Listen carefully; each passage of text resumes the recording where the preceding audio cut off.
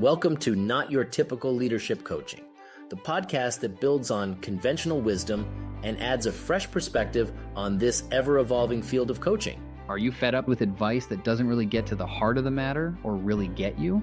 Whether you're a reluctant or seasoned leader, this podcast is for you. Embark on a journey of actionable insights, harness untapped potential, and learn to develop a mindset that will transform you permanently. Not Your Typical Leadership Coaching, where we shatter boundaries and awaken the confident and compassionate leader within.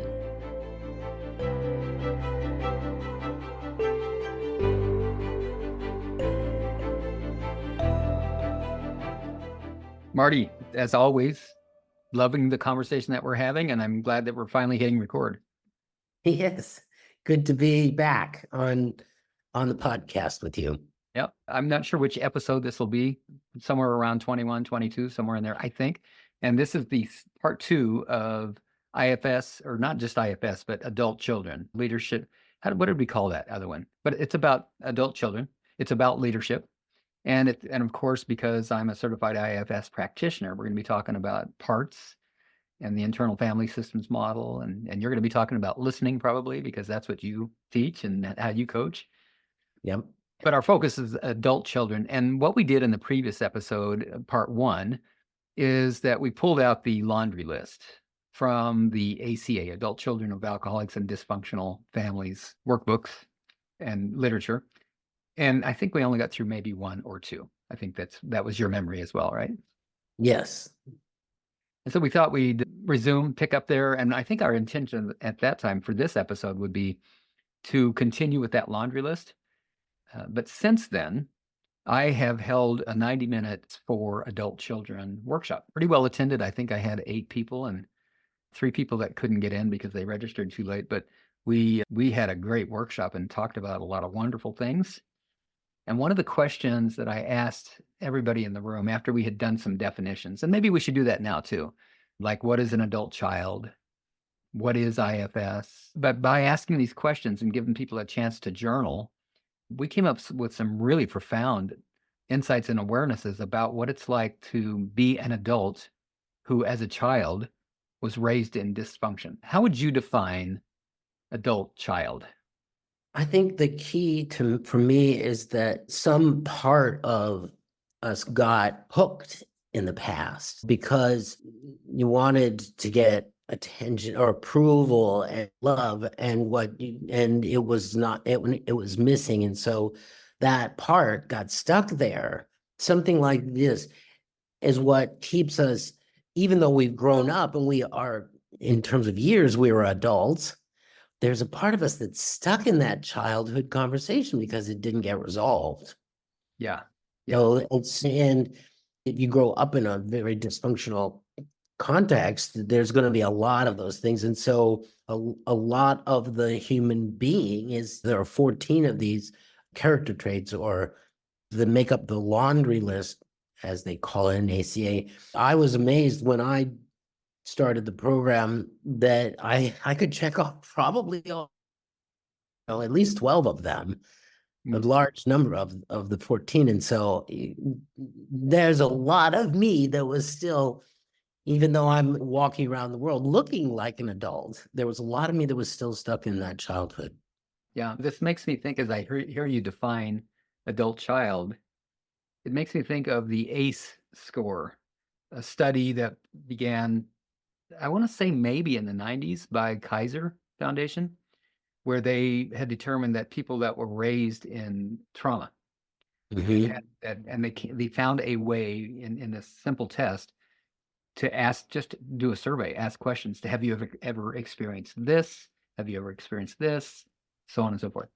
Yeah. And so now the ACE score ends up being from anywhere from, your score might be 0, it might be 10, or it might be somewhere in between. And the higher that number, the more accurately they can predict, the more likely, the higher the number of traumas that you've experienced, the more likely it is that you're going to be experiencing current difficulties in your life, including health crisis, relationship difficulties, divorces, addictions, and that sort of thing. That's part of also, I think, what happens in the ACA program, which I was involved in for about 3 years, is what are the predictable traits and characteristics of people that were raised in dysfunctional homes?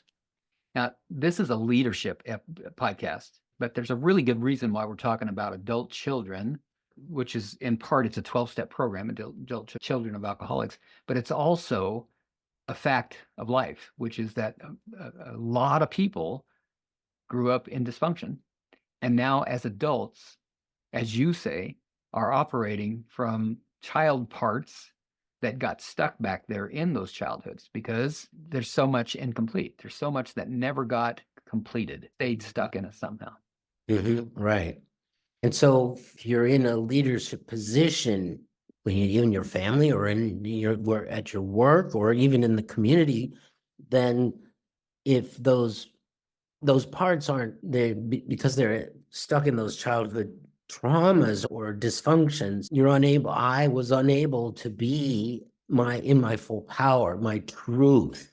And so the leadership is weak or derelict sometimes because it's got all this complexity to it. It's not clear, authentic power coming out of an adult. And so leadership usually fails, or even if it reigns supreme, the people it's meant to empower aren't feeling that. They're not feeling empowered. Let's see if we can break that down a little bit and understand it better. Like, why is that? Why, when people are in leadership positions that haven't completed all that incompletion from the past, healed their past to enough of a degree where their leadership is ineffective, to enough of a degree where their leadership is effective, what's going on there? And why is it that people respond to that style of leadership as they do? And maybe we could begin that discussion by starting where the conversation ended just before we hit record. When you said that someone that's transformed, when you're around someone that's transformed, you're just drawn to them.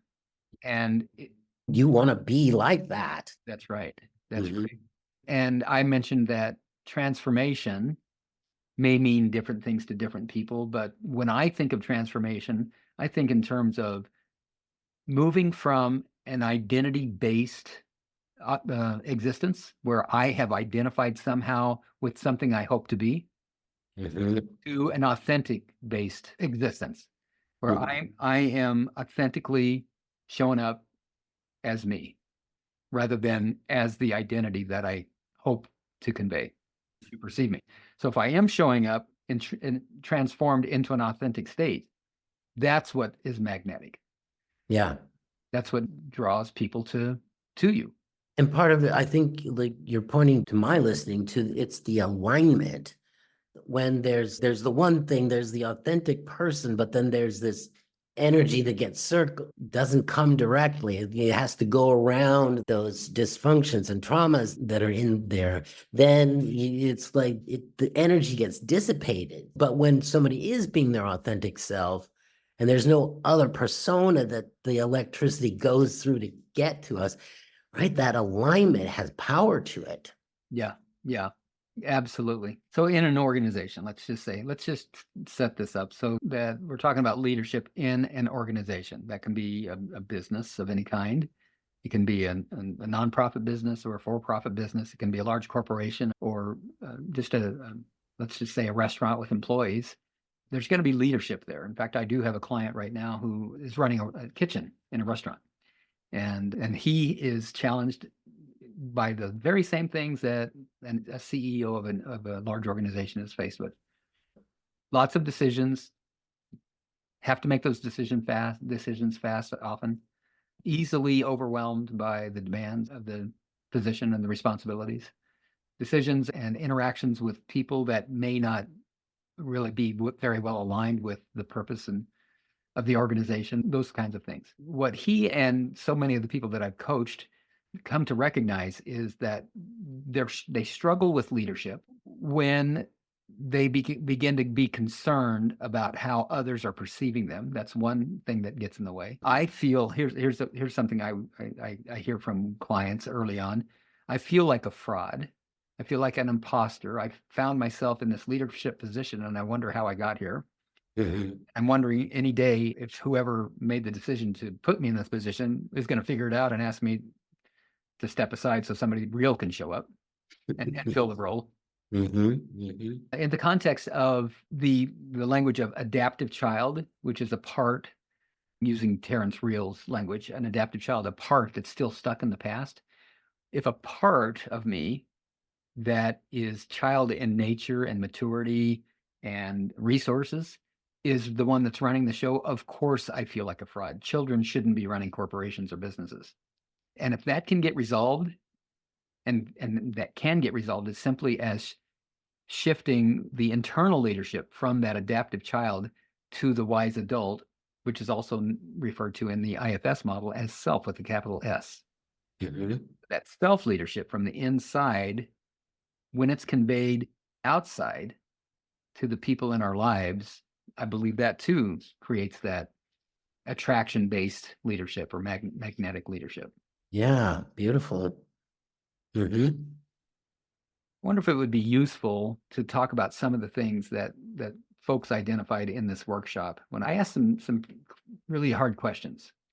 I think, yeah, our audience will probably identify with some of them, if not all of them. Yeah. And if you're listening to this episode and you would like to participate in this and maybe do some searching for yourself to increase your self-awareness, which, by the way, in coaching, that's got to be the first step, is be aware of what the problem is that you're trying to solve.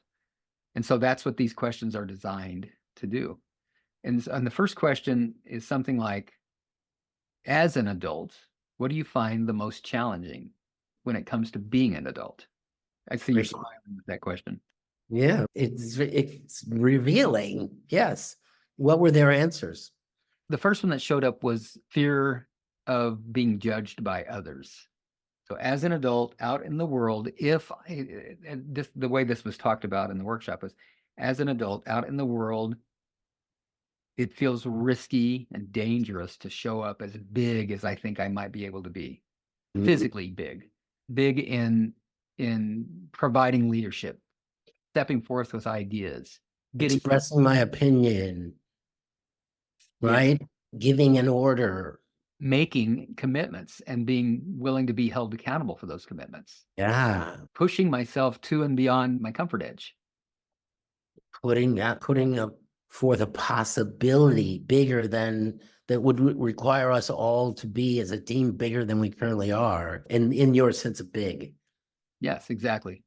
So if I have a fear that others are going to judge me, if I make a mistake wrong, if I make a commitment that I can't keep, if I have an idea that gets shot down, and if there's a little boy inside of me that's saying, oh, this is going to hurt if they criticize me.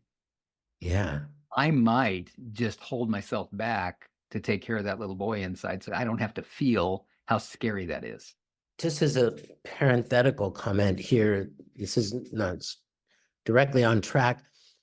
If that's one of the first things that comes up for you that's challenging about being an adult, one of the first places to look is at the level to which you are yourself constantly judging. Brilliant. That's exactly right. We don't need to go further into that right now, but these are often a reflection of what's going on inside. I think we should take a moment with this. I think it's really important.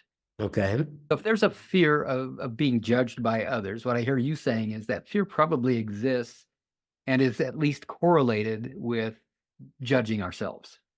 Yeah. How would we know that's out there if we're not doing it in here? Like, oh, that person. I find a lot of times with my clients, if I hear them having a recurring judgment of others, oh, you said she was dumb and you said he was stupid, and there's this recurring thing about other people's intelligence. What do you think about your own intelligence? And usually it's very revealing. Oh my gosh, that's why I'm projecting it, is because I'm so afraid of my own level of intelligence.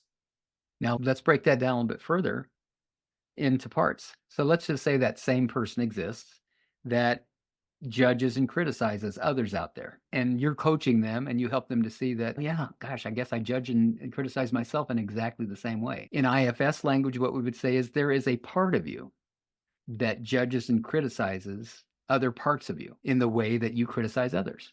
And it's probably that very same part that criticizes others.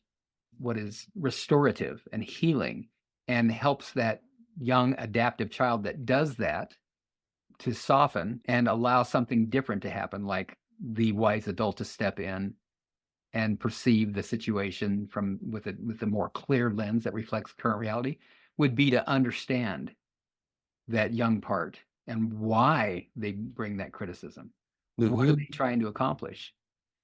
Often when I'm in session with the client and I help them to connect with the parts of themselves, let's say, for example, an inner critic, we have layers of other parts to get past before we can actually get a direct answer from the part. But once we get there, the part is likely to say, my job is to protect you. And then the next question, if we're still in curiosity and we're not judging the critic, if we can stay in curiosity and say, how do you go about that? You're trying to protect me. How do you go about that? By being critical. All right, help me to understand. By being critical, that is supposed to protect me. What's that supposed to accomplish? How does that protect me? If I can criticize you before they do, then maybe you won't do that stupid thing that you always do that gets criticism. And then maybe you won't have to feel the shame that I'm trying to prevent you from having to feel. Now, if we keep going, the next question is going to be, okay, so your job is to prevent me from feeling shame.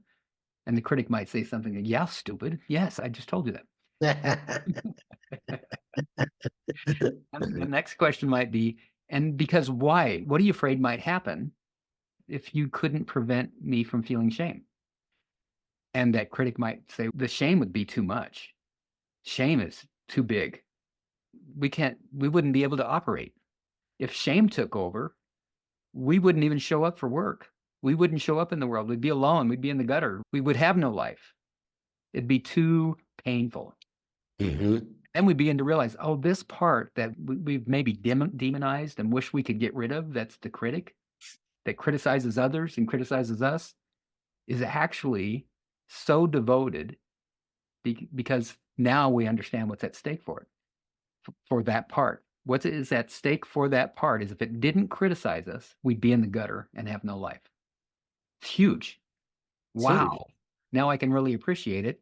And now further down in that conversation with a skilled practitioner or therapist that's been trained in the IFS model, we may find out that this part is about 3 years old, 4 years old, maybe 5, somewhere in there. So now in my relationships, in my career, in my professional life, maybe even in my leadership style, I'm impacted in a very large way by a 5-year-old. I've got a 5-year-old that's helping me to try to lead adults. That can't work. Right, exactly. It just cannot work. Yeah. So you already know this about me. Why I love the IFS model so much is because once we have developed a relationship with that part and all the other parts that are organized around the same challenge, because deep inside that leader who has the inner critic is a shamed part, a part that believes what the criticism is saying. I'm not enough, I'm too much, I'm stupid, whatever version of that is. Well, and I want to also bring this back to this interface between the leader and the world, because though that distinction that the 3-year-old picked up, it was based on what experience, the categories and concepts and gestures that were being displayed. And so the 3-year-old is stuck in, that's what his mom thought, or that's what her dad thought, or the church, that whatever it was that gave those categories, what to feel shame about and what counts as stupid and all of that. And so then we go forward dividing our world up according to those notions that were acquired back then. And so we're not being self with a capital S. Self with a capital S is the universal self. It's the self that we all share ultimately. And so once you've done that internal work to free up that childlike part of you that got stuck there, those categories disappear too, not disappear, but they're no longer the sole way to cut up the world and understand what's going on. So you're restored to a more accepting and understanding place with respect to the people that you're trying to lead. And the reason that happens is because those young parts that thought that they were alone and that it was all on them to accomplish that safety that they're trying to get for us, the protection that they're trying to provide. Once they realize that they're not alone, once they realize there's other resources in the system that can do a better job, maybe that's not the best way to say it, but that have the capacity. There's other energies within the internal system that have the capacity for being able to deal with an adult life and adult responsibilities. Once they begin to soften and trust that, then those qualities and those resources begin to emerge very naturally. They're there. We don't have to try to generate them. We don't have to try to be mature. We are underneath the busyness of these parts that still think that what their job is to help us to survive. Yeah. I have a quick example. I was at a funeral and I witnessed two of the children of the deceased talking, and one of them was saying something about, don't be so wrapped up in your own sadness. Dad's free now, and you're making it all about you. And of course, the other sibling, the sibling was insulted and angry and totally not taken care of. Contrast that, because there were the aspects of the laundry list at play there, the adult children talking to each other there. Yeah. Contrast that to an interview that I saw of Eckhart Tolle.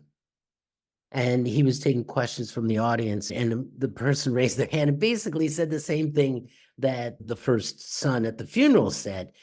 But the way Eckhart Tolle responded, he was so authentic, so aligned with self, that the person in the audience was able to hear the same basic information, like, oh, I'm making it about me. But to get it, to accept it, to be opened up by it, instead of having a reaction and protecting herself from that realization about herself and her behavior. The difference between a really transformed leader making a difference for somebody versus somebody who's just, reacting from another adult child-like place. Yeah, that's right.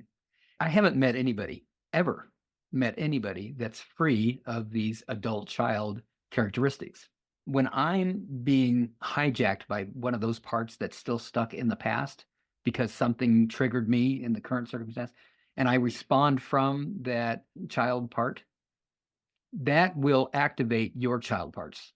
And now we're two children on the playground fighting instead of two adults in the boardroom making difficult decisions, or two government officials, or two parents trying to figure out how to parent children. Everything in between. Noticing time, we're down to about 5 minutes. I'm wondering if maybe we read a few more that answers to the question, what's difficult about adulting for this group of people that came into the workshop because they'd already identified as adult children, adults who as children grew up in dysfunctional households. Some of the other things that came out. What's difficult about being an adult is making bad choices that we don't see until it's obvious that they're bad choices. Blindly making choices that are clearly bad choices, but in the moment we don't see them. Or even if we do see them, because of our pride, we've already decided and we can't change our minds. And as an adult, those things can have consequences that they wouldn't have if you were just a child. Right. Well, and I've made a bad choice. Even as a child, I might say, okay, that was a bad choice, but I can't admit it. I can't change my mind now, because then I'd have to acknowledge I made a bad choice. And if I made a bad choice, that makes me a bad person. That makes me wrong. And if I have grown up in a, let's just say, a critical or violent household, and making a mistake is painful, the punishment for that is painful, I got to hide that and I got to cover it up. And you might think, but I'm an adult now. That's ridiculous. Nobody's around that's going to hit me. Nobody's going to yell at me. That doesn't happen in my life anymore. So why would I still be scared to admit that I made a mistake? Mhm. And the answer to that is because deep down inside is still that scared child that needs to be released, that needs to be healed. And that's very easy to say and logically makes sense, but how do you do it? How do Mhm. you have released that inner child? How do you heal that inner child? And of course, that's what the ACA program is designed to do, but that's also what IFS does.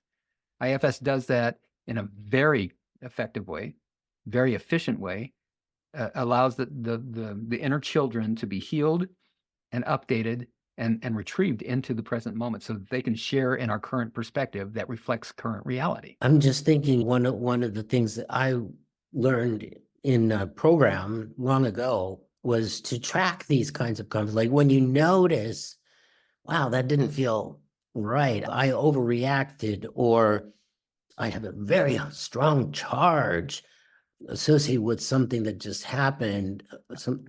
If you, or then you want to write down what it was and ask yourself, what is the age at which that conversation started happening in me? Right. And then you can identify, that's where I got frozen in the past. Mm-hmm. And dating those conversations, sometimes they'll just be a teenage conversation. Sometimes they'll be an infantile conversation. But that helps you. Then you can look and see what was going on for me in life at that point. That's where and it's a great exercise. You get to know yourself inside very well. And then when you go to your practitioner to work on these things, you've got a lot more information to help. And Marty, there's something about the awareness of, this comes from somewhere between 5 and 7 years old. This Yeah. feels, and that's another way to ask that question too, is how old do I feel with this emotion? Yeah. This Yeah. reaction, how old does this feel? Oh, God. And the shame shows up almost always for me. Yeah. Right. I feel like 6 years old here. Mhm. Yeah, and last time I checked, I'm still 68 years old, and I feel like I'm 6. All Yeah, right. one of the ones for me recently, just given the state of politics in our country, I just want to escape it. I just want to isolate and numb out. Like those are and I think to myself, wow, how old am I being here? And it reminds me of being a teenager. It's just leave me alone. I don't want the Rebel. adult Yeah. world to come in here. I want to go to my room and Slam the do door. exactly. Or I want to run out of the schoolroom and go out back and smoke a joint. That kind of, right? Okay, that's teenage energy right there. These resources, adult children of alcoholics, internal family systems, ifs-institute.com. Those are a couple of great places to go. If you see yourself as an adult struggling to be an adult, you are not alone. There are millions of us that have and are still struggling with it. And there are solutions and there's answers. There's ways to find a different way to be as an adult. It's Go ahead. adultchildren.org. Thank you. Adultchildren.org is the website. One more question I'll leave the listener with is, if you identify as an adult child, someone that struggles and is challenged sometimes by adulting, someone who feels like a child in an adult body and in an adult world, some questions to explore further are, what do I do? What kinds of things do I do to manage how challenging this is? Do I numb? Do I dissociate? Do I sex? Do I drug? Do I overwork? Do I Netflix? What do I do to escape how challenging it can be to adult? And just consider that if that's what's happening in your life, it's not something you can wait out. It's not going to get better unless you do something to make it better. What's happening is automatic patterns are running your life for you. Just know that there are solutions. There are ways to work your way out of this. You don't have to stay stuck in the pattern. You can begin to feel like an adult in your adult life. Yeah. Yeah. And both of us are evidence of the effectiveness of that work. You started it. Damn right. Till next time, Marty. Thank you. Bye. That concludes another episode of Not Your Typical Leadership Coaching. We hope you found inspiration and valuable insights to fuel your leadership journey. Remember, true leadership is not about you. It's about empowering others. Take your insights to heart and cultivate a leadership mindset that will transform you from within. Thank you for joining us on this quest to leadership excellence. Don't forget to subscribe and stay tuned for our upcoming episodes where we delve deeper into the art of leadership. Until next time, remember that you have the power to lead with confidence and compassion from the inside out.